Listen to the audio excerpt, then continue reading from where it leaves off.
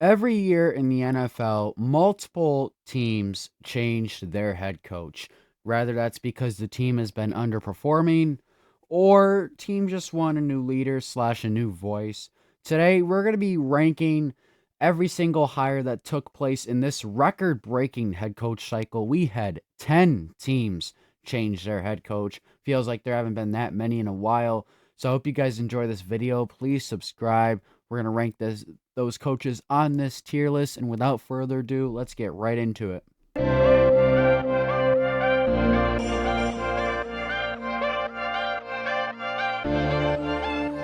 All right, everybody. So before I get to ranking real quick, I made a short about this, but I just want to thank you guys for the very successful month of January this YouTube channel has had. Without you guys watching and supporting my videos, it wouldn't be that fun. So I greatly appreciate every single one of you. And if you're not already, please subscribe for even better sports content on the way. This is our tier list that we're rolling with today. First off, we have heavily disagree with the hire, which means personally I question it. I don't really understand it. Second off, we got I question it. You know, it's not terrible, but I do have some questions. Third tier is it's okay. It's all right. You know, it could go, it could be terrible. We'll have to see. And then a solid hire, which I think is pretty good, fits them right, but not one of the best. And then amazing hire. We're gonna try to keep these tiers relatively even in terms of where we put teams. So probably like 2 or 3 in each tier, no more than that. So let's get right into it. First off, we have the Arizona Cardinals. Um, they hired Mike LaFleur, which is the younger brother of Matt LaFleur, who is the head coach of the Green Bay Packers. Mike LaFleur's coaching history in the NFL: in 2014 to 2016, he was the offensive intern for the Cleveland Browns. And then in 2015, he was the offensive assistant for the Atlanta Falcons. 2017 to 2019, he was a passing game coordinator and wide receivers coach for the San Francisco 49ers. 2021 to 2023, he was the offensive coordinator for the New York Jets. And then 2023 to 2025, he was the offensive coordinator for the Los Angeles Rams. And now he is the head coach of the Arizona Cardinals. I like the guy. I think he has potential. I think he's going to be a good coach in the NFL. Obviously, a long resume, but I personally question why the Cardinals hired him. I would have thought Mike LaFleur would have been better for a different team, personally. I think coaches like Mike LaFleur and Jeff Halfley, like coaches that are up and coming, should not go to terrible teams. They should go to teams like Buffalo or maybe Baltimore or I don't know, maybe Pittsburgh, Atlanta, like teams who have a solid roster, if that makes sense. Obviously, those teams got to pick what candidate they want, you know what I mean? But for Jeff Halfley, this is really good. But for the Cardinals, I question it a bit. The Cardinals need consistency for the most part. They need a proven leader, and they get somebody who is up and coming. I like Mike LaFleur's upside, but don't get me wrong, I don't think the Cardinals are the right team. I hope this works out, but I personally think there were better options for the Cardinals for what would fit them, and I personally think Mike LaFleur should have went to a different team. Next up, we have the Atlanta Falcons. I don't like this one for the reason being I think it's a solid hire. They get Kevin Stefanski, who I think was nowhere near the problem in Cleveland. I think, obviously, we'll talk about Cleveland. But Kevin Stefanski began as an assistant for the Minnesota Vikings. He later became the offensive coordinator for his final 2 seasons with the he joined the Cleveland Browns in 2020, and since then he led them to their first playoff appearance since 2002, which is impressive for the Browns.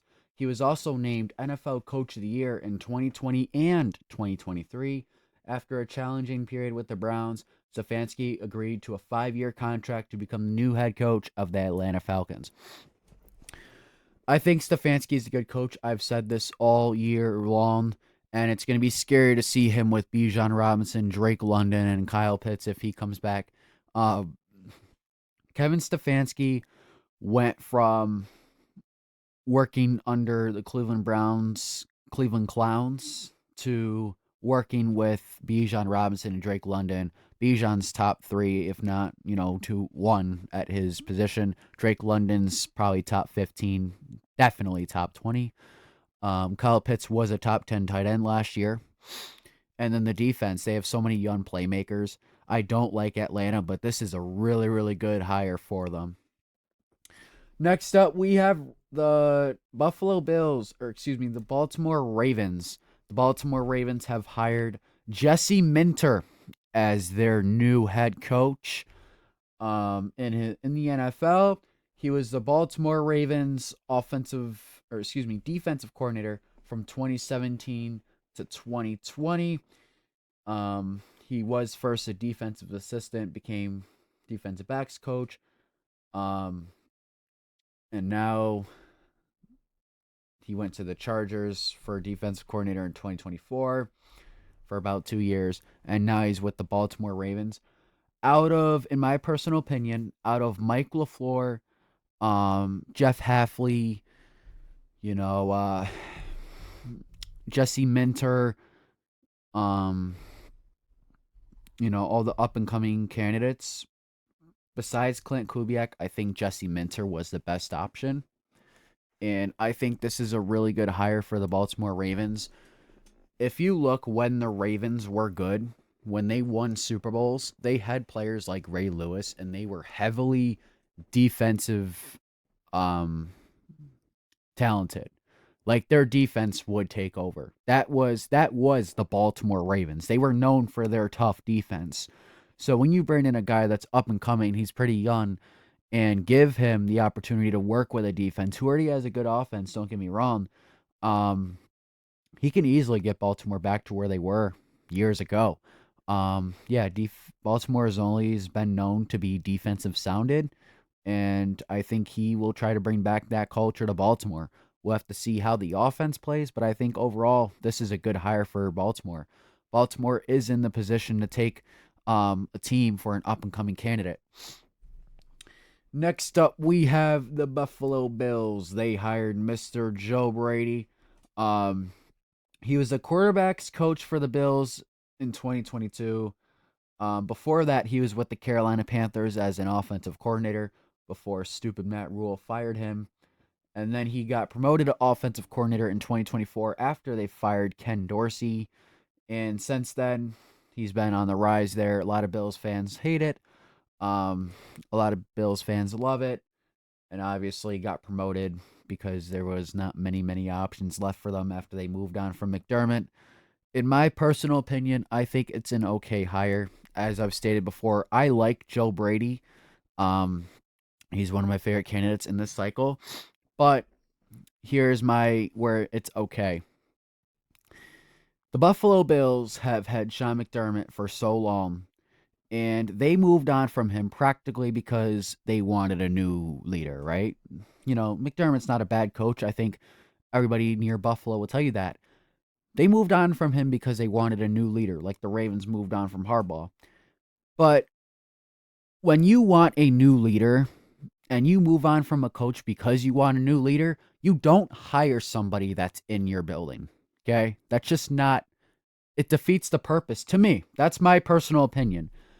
If you want a new leader, a new voice for your football team who has been struggling when it matters, you go out and get somebody new like the Ravens did.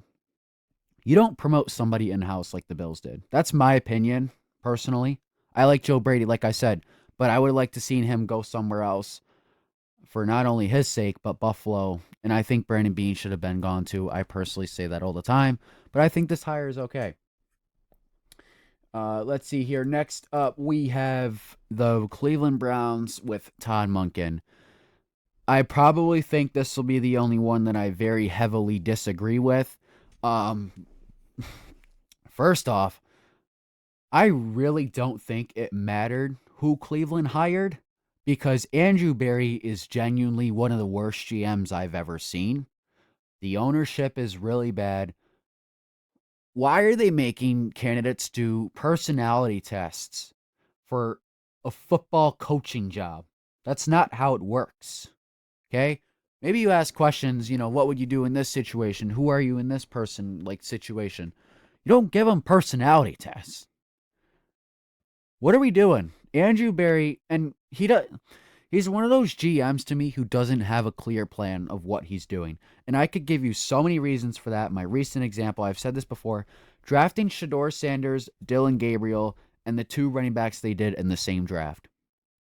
Teams don't fucking do that, okay? Teams who double dip in the draft, that is normal, okay? But you don't double dip twice. You don't do that. You just don't, especially at the quarterback position.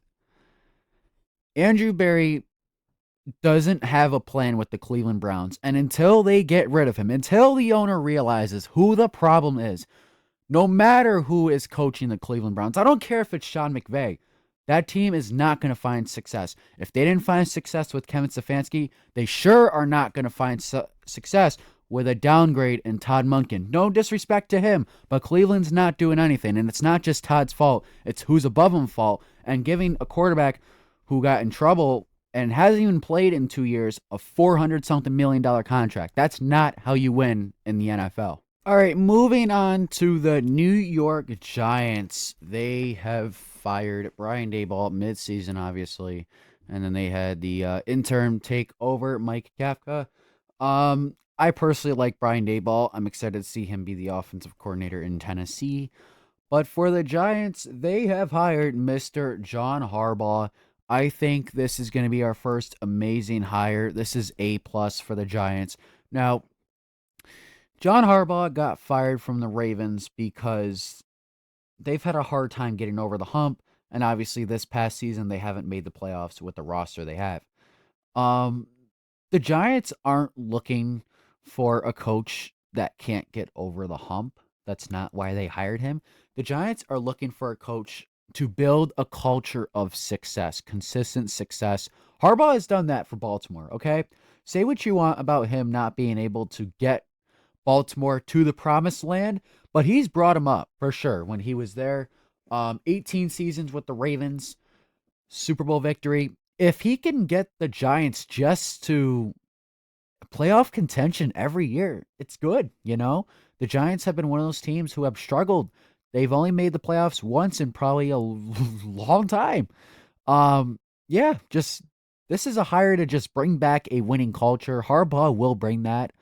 Will he bring them a Super Bowl? I don't know. We'll have to see if he could bring that team over the hump. You know, it's a fresh start. Probably will. But we'll have to see, you know.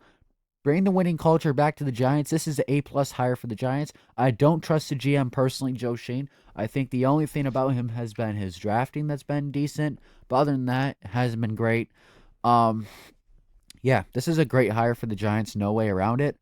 And I'm excited to see him coach the Giants. Next up, we have Tennessee. We have Robert Saleh. He started with the Houston Texans interim, promoted to a defensive quality coach, and then he went to Seattle for a bit, Jacksonville, but this is where he really got started. San Francisco, 2017 to 2020, developed a strong defense that brought them to the Super Bowl, and then he was head coach for the New York Jets for 3 seasons. His defense was really good, offense the exact opposite, but low-key made the Jets look competent some games, which is impressive.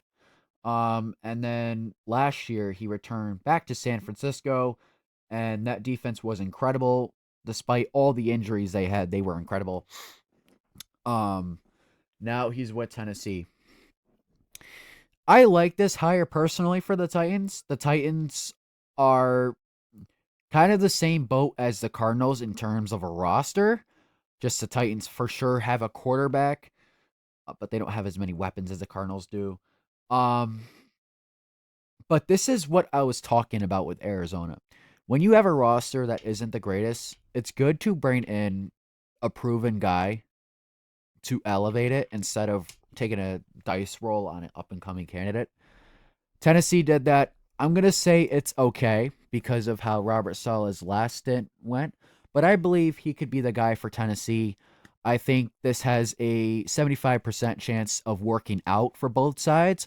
I like Robert Saleh personally. I think he's a good coach. I think he's going to do some good things in Tennessee. Like I said, it's just going to come down to how the offense performs. But I know Tennessee just wishes they kept Vrabel. Um, But yeah, so we'll have to see how this works out. I think it's going to go well. And yeah, Robert Saleh, culture guy. I've said this in my video the other day, but the Tennessee Titans are building this team like the New England Patriots built theirs. You bring in a culture changing head coach like Mike Vrabel did with New England, Robert Saleh with Tennessee. They both had the most cap space at this point in the offseason. Patriots obviously last year, Titans this year. And then you bring in some good coordinators. Titans brought in Brian Daboll. I expect him to only be there a year before going to another team um, as a head coach. And they have a top 5 pick with a franchise quarterback, Cam Ward, Drake May. Patriots took Will Campbell. I believe Tennessee should take somebody like maybe who's a good receivers. Is Jordan Tyson up there? Makai Lemon. I'm missing one. But it's okay. You get my point. Good hire for Tennessee, though. Next up, we have Miami Dolphins, Jeff Hafley. This one I question a bit. I think Jeff Hafley definitely has the potential. We could take a look at his coaching history. Um, he worked as defensive backs coach for multiple teams, was the defensive coordinator for Green Bay for a bit, and now he's the Dolphins head coach. Um, you know, I see the upside. I do question it a bit. Um, yeah, there's definitely some things to figure out. I feel like the Dolphins' offense has just been bad. I would have liked to seen them go offensive minded. I know they just had McDaniel, but we'll have to see. I think this has upside. I don't think it's a terrible hire, but I do have some questions about it. I think it has about a 40-45% chance of working out, but we will see. Las Vegas Raiders, I love it. I like this hire. Clint Kubiak is the great guy for. Let's see here. He had multiple positions with different teams.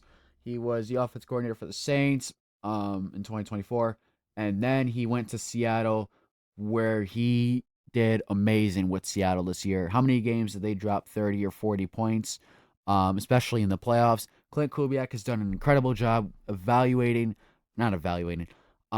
developing the weapons that he's had and elevating them to another level.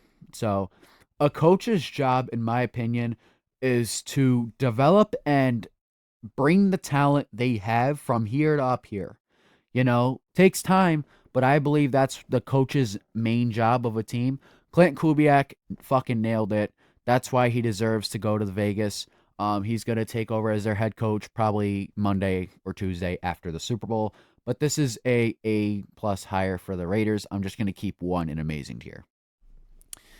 Next up, we have the Pittsburgh Steelers and Mike McCarthy. I don't get it, personally. I know Mike McCarthy's a Pittsburgh alumni. Aaron Rodgers is there.